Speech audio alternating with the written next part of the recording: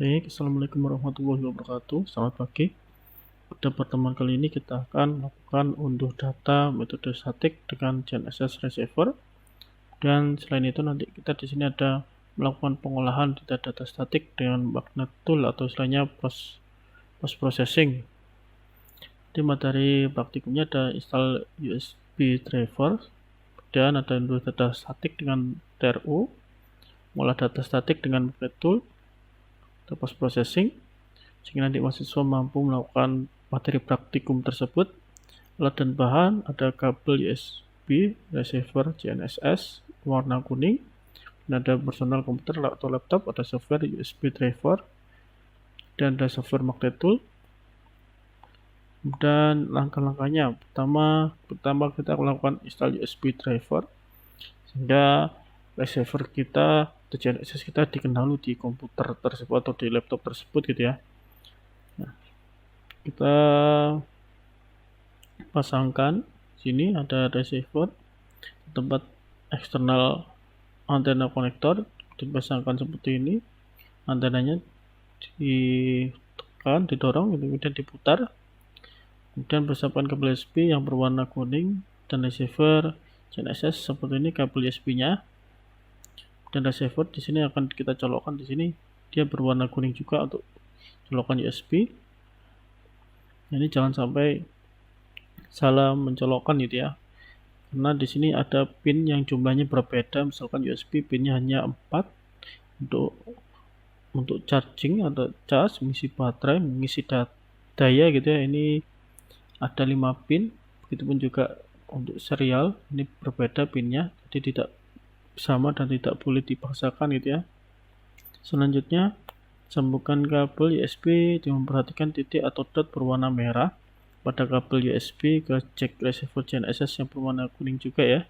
Di sini yang berwarna kuning, di sini warnanya kuning dari kabel, tetapi di sini ada dot merah di atas. Di sini juga ada dot merah ditandain gini. Kita harus ini ya, menyambungkan ya, agar titik dot ini selaras atau lurus gitu ya. Kemudian untuk komputer atau laptop yang belum pernah tadi install true atau SRU dan tidak mendeteksi receiver GNSS, maka perlu install USB drivernya terlebih dahulu. Maka nanti Anda bisa tampilkan device manager seperti tampilan berikut ya, ada device manager. Nah, di sini ada notifikasi ya, ada tampilan di USB, ada GR5 plus. Nah, di sini Anda bisa klik kanan pada USB GR5 plus yang belum terdeteksi, sehingga ini ada tanda serunya gitu ya, dan klik kanan update driver software dan klik browse my computer for driver software gitu ya. Sini ada browse, kemudian let me pick from a list of device driver on my computer. Di sini ya, ada di bawah ini, diklik. Dan di sini selanjutnya Anda pilih have this. Nah, di sini ada have this, klik. Dan klik browse, cari lokasi USB driver dan pastikan sesuai dengan Windows Anda. Jadi Windowsnya apa? Windows 7 atau Windows 10 disesuaikan gitu ya. Nah, kemudian di browse ini sudah, setelah itu di next, maka nanti akan muncul ya. Terlebih kemudian ada software true atau SRU, nanti silakan diinstal gitu ya. Ini contoh tampilan kita mau download data dengan true. Di sini buka aplikasi TRU, pilih device, connect, kemudian muncul Windows connection parameter seperti ini. Kemudian pastikan connect using ya, connect usingnya di sini dengan USB. Kemudian device name-nya adalah GR5 plus. Kemudian nanti kita klik connect. Tunggu hingga tampilan status di bawah berwarna hijau seperti berikut. Nah, di sini statusnya sebelumnya berwarna hitam dan nanti akan berubah menjadi hijau jika berhasil dikoneksi antara komputer gitu ya dengan receiver. Kemudian klik file explorer gitu ya, hingga tampil data seperti berikut gitu ya. Diklik file explorer seperti ini, adalah data-data hasil download hasil pengukuran statik ya. Di sini Anda lihat bisa ada tanggalnya, ada ukurannya, ada nama titiknya. Nah, ini biasanya lebih mudah dilihat tanggalnya gitu ya, tanggal pengukurannya, tanggal, bulan atau tahun berapa. Kemudian perhatikan tanggal untuk milih file, setelah itu klik kanan file dan download seperti berikut.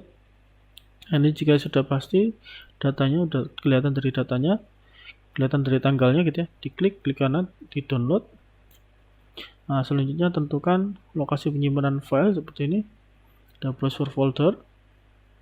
Nah, di sini kalau misalkan belum ada foldernya bisa Anda make new folder. Oke, jika sudah, kemudian akan muncul jendela downloading gitu ya, seperti berikut. Ini adalah proses download data ya. Selanjutnya ini kita melakukan pengolahan data statik dengan magnet tool. Pertama buat job sebelum melakukan pengolahan data. Ini kemudian job akan tersimpan sesuai directory yang diinginkan ya. Ini ada plan create job dan diisikan nama jobnya, misalkan ini contoh data statik gitu ya. Kemudian create job, klik, kemudian setting konfigurasi job. Ini ada job configuration, ini ada setting koordinat di dalamnya. Kita pertama atur setting zona waktunya gitu ya. Di sini ada pilih zona waktunya. Kita menggunakan UTC plus 07.00 Bangkok Hanai Jakarta. Kemudian di sini bisa perhatikan ada setting sistem koordinat ya. Setelah sini ada display ya, display ada precision, time, route, angle.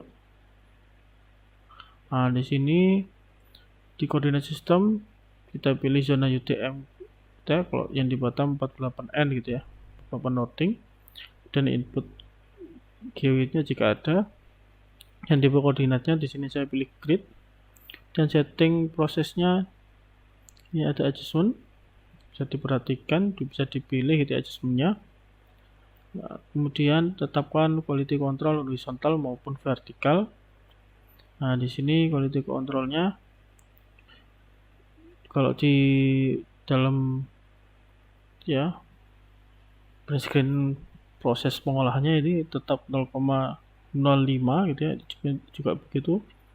Untuk PP statik horizontal dan PP statik vertikal 0,05. Jika sudah, oke, tekan oke. Dan import raw data statik, di import di sini ada job import, dipilih datanya di sini. Misalkan tadi sudah di rename ya menjadi base, kemudian titik 1, 2, 3, 4 gitu ya. Nanti bisa di add raw data. Kemudian setelah itu nanti data akan tampil itu ya setelah di input.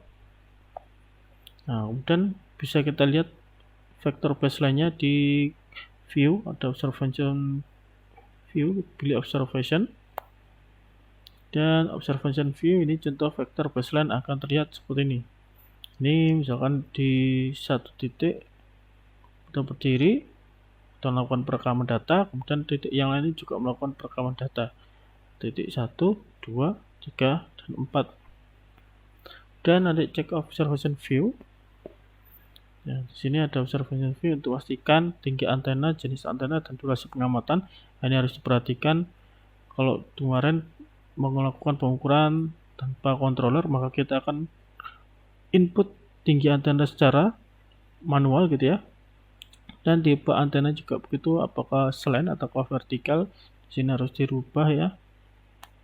Nah, dipastikan. Kemudian durasi pengamatannya di sini ada durasi apakah benar-benar 2 jam atau kurang, atau bahkan salah record gitu ya. Nah, di sini dipastikan benar betul-betul. Nah, di sini tinggi antena dan jenis antena ini bisa diedit jika sebelumnya Anda menggunakan controller, kemudian Anda masukkan datanya terus salah, bisa diedit di sini. Kemudian tentukan titik yang menjadi control point atau referensi. Ini klik kanan pada titik referensi dan pilih properties. Nah, di sini di bagian kiri bawah ini ada base, misalkan diklik kanan, ada pilihan properties. Nah, di sini ada jendela properties, ada point base. Masukkan koordinat referensi, gitu ya. Nah, di sini koordinat referensinya atau fix koordinat, gitu ya, dimasukkan seperti ini. XCC-nya, stringnya, notingnya, elevasinya. Jika sudah, diklik OK gitu ya. Nah, kemudian sebelum itu di sini ada tab general pada menu kontrol, pilih both.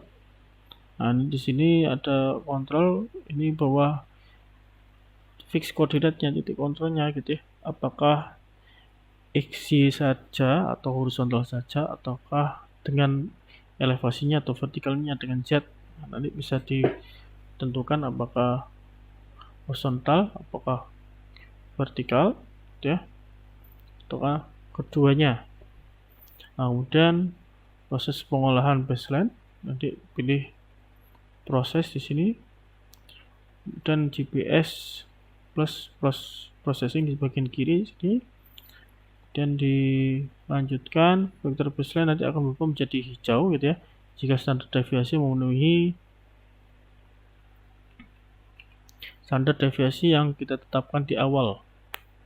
Nah, kemudian Anda perhatikan di sini contoh gambar hasil standar deviasinya gitu ya. Proses selanjutnya adalah adjustment atau perataan gitu ya. Di sini Anda bisa pilih proses adjustment by least square yang biasa digunakan ya, square. Nah, ini pilihannya, proses adjustment least square. Selanjutnya tampilan titik akan berubah menjadi warna biru seperti ini bila sudah di adjustment. Nah, ini sebelumnya belum ada berwarna biru atau tanda sebelum di adjustment. Kemudian yang di bawah ini adalah contoh hasil data sudah di adjustment. Nah, kemudian nanti Anda bisa lakukan pelaporan atau report gitu ya. Di report, kemudian ada report konfigurasi, new report. Nah, di sini bisa Anda atur apa saja yang mau dilaporkan. Nah, di sini ada pilih parameter yang ingin ditampilkan dalam laporan. Ini contoh-contoh yang akan ditampilkan seperti ini. Diklik, kemudian di sini ya ditampilkan di mode kita includekan dalam report gitu ya. Maka diklik panah kanan. Kemudian di sini bisa kita pilih format. Ini HTML, Word, Excel, PDF. Ini contohnya adalah PDF. Kemudian nanti bisa kita lakukan tekan execute gitu ya. Nah, kemudian lanjut. Ini contoh tampilan laporan hasil pengolahan data seperti ini. Ini hasil datanya, ada informasi titik, koordinat, base titiknya, proyeknya, kemudian ada gambarnya juga begitu. Nah, kemudian dibuat oleh siapa, proyeksinya apa, kemudian bisa menampilkan hasil observasinya gitu ya. Nilai standar deviasinya juga bisa ditampilkan. Nah, kemudian di situ bisa Anda lakukan penerapan gitu ya pada pengamatan di polybottom gitu ya.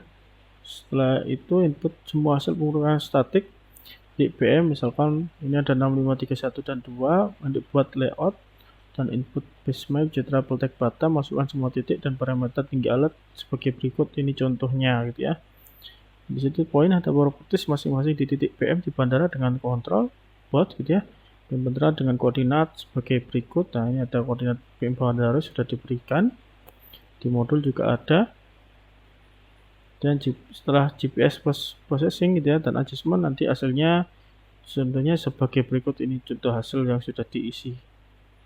Dan nanti Anda buat layout hasil semua titik PM yang sudah diinputkan.